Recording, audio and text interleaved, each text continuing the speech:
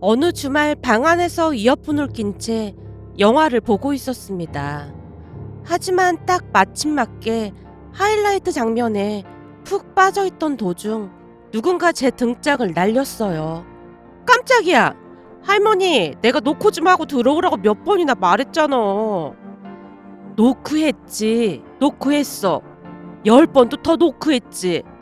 근데 네가 이걸 끼고 있으니 들릴 리가 있겠냐? 그래? 노크했어? 미안. 지금 완전 재밌는 장면이거든. 할머니도 같이 볼래? 됐어. 할머니가 잔뜩 짜증난 목소리로 저를 노려보고 있었습니다. 그 모습에 제가 할머니를 달래기 위해 애교를 떨기 시작했어요. 우리 할머니가 또 왜 이렇게 심술이 났을까나? 대체 무슨 일인데 그래? 내가 안 놀아줘서 삐친 거야? 좀에만 기다리고 있어봐. 이것만 보고 내가 할머니랑 같이 놀아줄 테니까.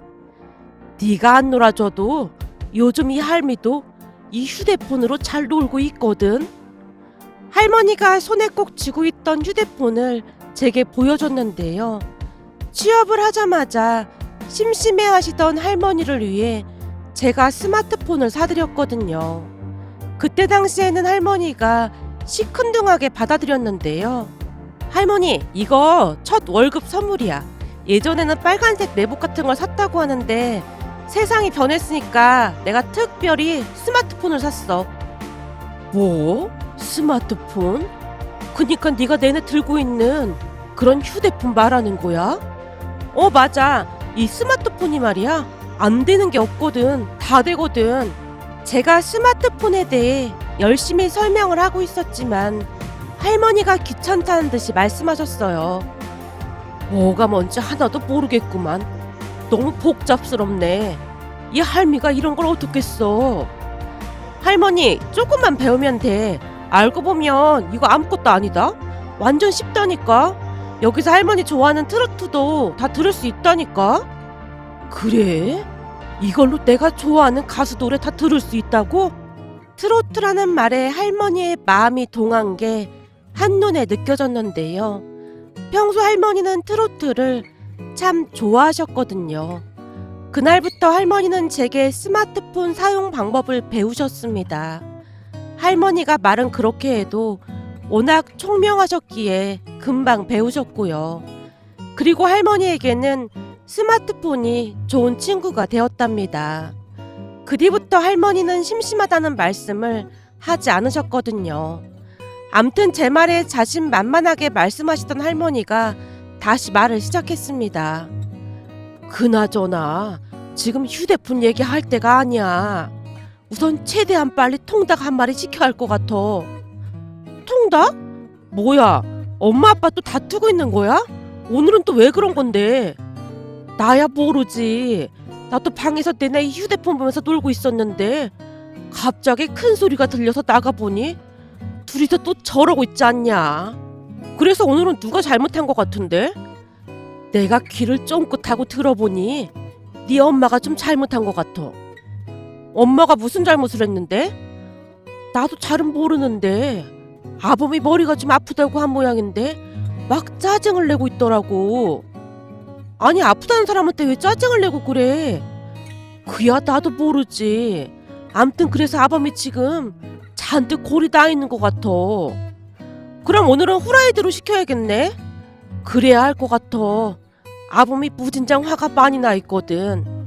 알았어, 내가 금방 시킬게. 할머니 말에 제가 치킨을 주문했는데요. 할머니가 긴 한숨을 내쉬다가는 말했어요. 아무래도 내가 나가 살아야지 도무지 안 되겠다. 뭐? 할머니가 왜 나가 살아? 이제는 도저히 안 될 것 같아. 아무래도 여기는 틀린 것 같아. 뭐? 그게 무슨 말이야? 제가 놀란 채 할머니를 바라보고 있었는데요. 내가 요 근래 용돈 받은 거 확인을 좀 해봤거든. 근데 용돈의 반절이 치킨 사대느라 다 썼더라 그 말이야. 나도 동네 친구들한테 품위 유지도 하고 그래야 하는데 저것들 때문에 이렇게 돈을 쓰고 있으니 내 입장에서는 얼마나 억울하겠냐. 할머니께서 심각한 표정으로 말씀하셨어요. 그렇네. 할머니 입장에서는 충분히 그럴 수도 있을 것 같아. 그렇지. 너도 내 심정이 이해가 되지? 그럼 내가 할머니 마음을 모르면 누가 알아주겠어? 그치만 그렇다고 해서 혼자 나가 산다느니 그런 말 하면 안 돼. 할머니까지 나가면 나 혼자 감당이 안 되잖아. 그니까 나 없을 때 사태가 벌어지면 나한테 전화해서 치킨 주문해달라고 얘기하라니까 왜 할머니가 자꾸 시키고 그래. 그리고 이참에 내가 할머니 용돈 좀 더 올려줄게. 그니까 그런 말 절대 하지 마. 제가 할머니를 위로하고 있었는데요. 사실 엄마 아빠가 말다툼을 할 때마다 치킨을 시켜주면 두 분이 말다툼을 멈추고 언제 그랬냐는 듯이 치킨과 맥주 앞에서 한없이 순한 양이 되곤 했는데요. 부모님 두 분 다 치킨을 엄청 좋아했거든요. 그게 어느 정도였냐면 말이죠. 부모님 두 분이 만난 곳도 치킨집이라고 할 정도였거든요. 어느 날 각자 회사에서 회식을 하던 도중 치킨집에 가서 간단하게 치킨과 맥주를 마신 모양인데요. 각자 옆자리에 앉아있다 보니 서로의 말이 다 들렸다고 하네요. 그러다 보니 아빠가 치킨에 대해 예찬을 하던 것을 엄마가 듣게 되었고요. 그 순간 아빠의 마음과 엄마의 마음이 딱 통했다고 합니다. 그렇게 두 분은 그곳에서 눈이 맞아 결혼까지 했답니다. 어느 날 할머니께서 심각한 표정으로 말씀을 하기도 하셨어요. 한마디로 네 엄마 아빠는 치킨이 맺어준 인연이다 그 말이야. 하물며 네 엄마가 우리 집에 첫 인사를 왔을 때도 치킨을 사왔을 정도였다. 뭐? 첫 인사에 치킨을 사서 갔다고? 그래, 말도 마라. 그때 당시 그 시장 옛날 통닭이 그렇게나 맛있다면서 3마리나 튀겨서 왔는데 왜 그거 있잖아, 누런 종이. 거기에 치킨이 한가득 담겨져 있는 거 보고 우리 모두 기겁을 했잖냐. 그 누런 종이에 담긴 치킨을 까만 비닐봉투에 담아왔는데 네 아버지가 우리 집 사람들이 제일 좋아하는 음식이 치킨이라고 말해놔서 그걸 사가지고 왔다고 하잖냐. 진짜 어마어마했구나. 제가 놀란 채 입을 다물지 못하고 있었는데요. 할머니 말씀처럼 부모님은 진짜 어마어마하게 치킨을 좋아했습니다. 결국 그날도 두 분이 다투는 바람에 제가 치킨을 시켰는데요. 아빠는 후라이드를, 엄마는 양념치킨을 좋아했어요. 그러다 보니 치킨을 시킬 때는 화가 많이 난 사람이 좋아하는 치킨으로 시키곤 했고요. 그렇게 잠시 후 주문한 치킨이 도착했고 제가 문을 살짝 열어놓고는 부모님이 다투고 있는 안방 쪽으로 치킨을 놓고 열심히 부채질을 하고 있었습니다. 할머니, 빨리 이리 와서 같이 부채질해야지. 뭐하고 있어? 그래 안방으로 냄새가 솔솔 들어갈 거 아니야. 대체 넌 그 머리로 회사 일은 어떻게 하는지 모르겠다. 그래서 밥은 벌어먹고 살겠냐? 할머니가 답답하다는 듯이 말했어요. 할머니, 그게 무슨 말이야? 지금 이거랑 회사 일이랑 뭔 상관이 있다고? 상관이 없긴 왜 없어. 가만 보면 넌 이 머리를 그냥 장식용으로 달고 다니는 것 같아. 머리를 좀 써라, 머리를. 대갈박 좀 잽싸게 굴려보란 말이야. 또 무슨 말을 하려고 그래? 뭐하러 쇠가 빠지게 부채질을 하고 앉았어? 그 뭐냐? 요즘 말로 이티 시대에. 할머니가 선풍기를 가리키며 말하고 있었는데요. 할머니, 이티 시대가 아니고 혹시 IT 시대 그거 말하려고 했던 거지? 그래, 그거 IT인가 뭔가. 그 순간 저도 모르게 웃음이 터져 나왔습니다. 와, 진짜네? 우리 할머니 진짜 대박이다. 그런 생각을 어떻게 한 거야? 어떻게 생각하긴 뭘 어떻게 해. 그냥 이 짱돌을 잘 굴리면 되는 거지. 자, 이 선풍기를 이렇게 해서 안방 쪽으로 향하게 하고 선풍기를 돌리면 저 안에서 안 나오고 못 베길 거다. 싸우다 말고 튀어나와서 대가리 들이밀고 덤빌걸. 오, 맞네. 이래서 연륜이 무서운 거구나. 제가 한껏 할머니를 치켜 세우자 할머니의 어깨가 하늘을 뚫을 기세였어요. 그렇게 안방을 향해 선풍기를 틀었는데요.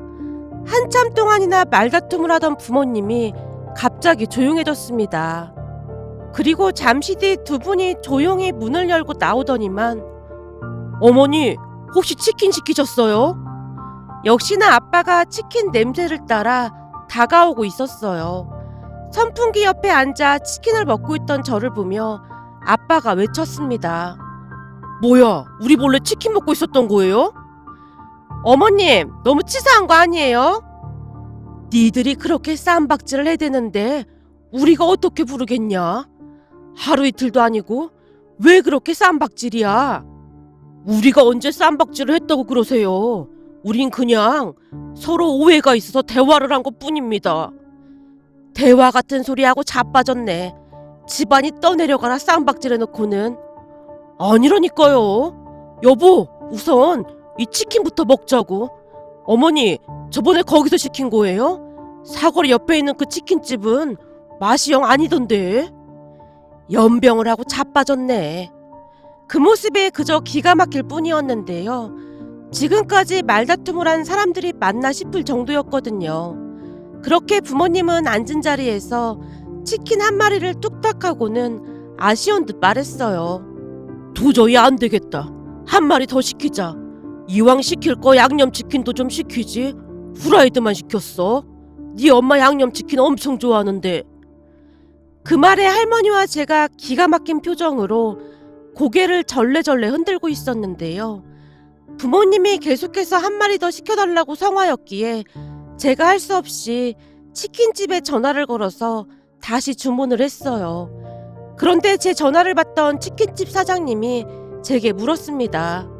802호 맞으시죠? 양념치킨 한 마리는 제가 서비스로 드리겠습니다. 네? 안 그러셔도 되는데요. 거기 할머님이랑 저랑 절친하기로 했거든요. 네? 우리 할머니랑 친구요? 예, 바로 갖다 드리겠습니다. 라며 사장님이 전화를 끊었어요. 그 모습에 제가 할머니께 물었고요. 할머니, 치킨집 사장님이 할머니랑 절친이라고 하던데 이게 무슨 말이야? 맞아, 우리 둘이 절친하기로 했다. 사장이 젊은데 싹싹하고 얼마나 잘하는지 몰라. 그래서 쿨하게 서로 절친하기로 했어. 그래서 맨날 그 치킨집에서 배달시키라고 했던 거구나? 암만 친구 사이인데 서로 도우면서 살아야지. 잠시 후 치킨이 도착을 했고 앉은 자리에서 두 분이 치킨을 다 먹었는데요. 할머니와 저는 그저 구경만 하고 있었습니다. 그렇게 우리 가족은 한동안 큰 문제 없이 잘 지내고 있었어요. 물론 부모님이 시시때때로 말다툼을 하고 계셨지만 하루 이틀이 아니었기에 그냥 모른 척하고 있었습니다. 그러던 어느 날 충격적인 일이 일어났는데요. 퇴근하고 집에 가보니 부모님이 여기저기에 전화를 하고 난리도 아니었어요. 왜 그래? 무슨 일 있는 거야? 할머니는 어디 가셨어? 너 때마침 잘 왔다. 우리가 집에 와보니 할머니께서 안 계시던데 전화도 안 받고 말이야. 혹시 너한테 무슨 말 한 거 없었어? 할머니가 너한테는 다 말하잖아. 글쎄, 별말 없었는데. 그럼 설마 할머니가 집 나가셨단 말이야? 그래, 딸랑 편지 한 장 써놓고 집을 나가셨다. 뭐? 진짜야? 그러게 둘이 그만 좀 싸우라고 그랬잖아. 할머니가 그것 때문에 엄청 스트레스 받았단 말이야. 제가 엄마 아빠에게 화를 내고 있었는데요. 엄마 아빠 말에 따르면 사실 그동안 할머니 때문에 말다툼을 했던 거라고 했습니다. 사실 할머니는 지방 시골 마을에서 이모 할머니와 함께 지내셨어요. 그런데 어느 날은 뭘 잘못 드신 건지 장염에 걸린 모양인데요. 밤새 화장실을 들락날락 하다가 방 안에 실신한 채 쓰러져 계셨답니다. 물론 새벽녘에 이모 할머니께서 할머니를 발견하고는 급히 구급차를 불러서 병원으로 모시고 가서 큰 일은 발생하지 않았는데요. 그날 이모 할머니께 전화를 받고 가족 모두가 혼비백산한 채 할머니가 입원한 병원으로 내려갔습니다. 할머니가 밤새 홀로 아프셨다는 것에 대해 특히나 엄마가 죄책감을 느끼는 듯 해보였어요. 진작에 모시고 올라왔어야 했는데 이게 다 내 잘못이야. 이게 왜 엄마 잘못이야. 너무 그러지 좀 마. 그리고 할머니께서 서울은 답답해서 싫다고 그랬던 거잖아. 그래도 만약에 잘못되셨으면 어쩔 뻔했어. 아직도 심장이 막 두근거린다니까. 엄마의 죄책감은 유난히도 심했는데요. 그 뒤 억지로 할머니를 모시고 올라왔거든요. 하지만 그러다 보니 또 다른 문제가 발생을 했는데요. 할머니께서 도시 생활에 영 적응을 못하는 모습이었거든요. 물론 제가 스마트폰을 사드려서 그나마 조금은 괜찮아지긴 했지만 할머니는 여전히 이모 할머니가 계신 시골 마을을 그리워했습니다. 그러던 어느 날은 할머니께서 이모 할머니와 통화하는 내용을 아빠가 들은 모양인데요. 통화 내용은 대략 다음과 같았습니다. 나도 가고 싶긴 하지. 근데 우리 며느리가 아주 난리를 쳐서 말도 못 꺼내고 있어. 그렇지. 여긴 아무래도 큰 병원이 있고 그러니까 안심이 된다고 말이야. 참내 내가 무슨 큰 병에 걸린 것도 아니고 장염 한번 걸린 거 가지고 이런 닭장 같은 집에 갇혀 있으려니 아주 환장하겠다니까. 나도 언니가 보고 싶어. 언니랑 같이 호박전도 부쳐 먹고 싶고. 할머니가 아주 간절한 목소리로 말을 하더랍니다. 그 통화를 엿듣던 아빠가 엄마한테 그만 모셔다 드리자고 했지만 엄마는 절대 안 된다고 난리를 쳤다고 하네요. 그러니까 그토록 맨날 다퉜던 게 할머니를 시골에 모셔다 드리는 문제 때문에 말다툼을 했다고 합니다. 나중에는 할머니께서 아빠에게 수시로 내려가게 해달라고 말했다고 했으니까요. 혹시나 해서 이모 할머니께 연락을 드려봤는데요.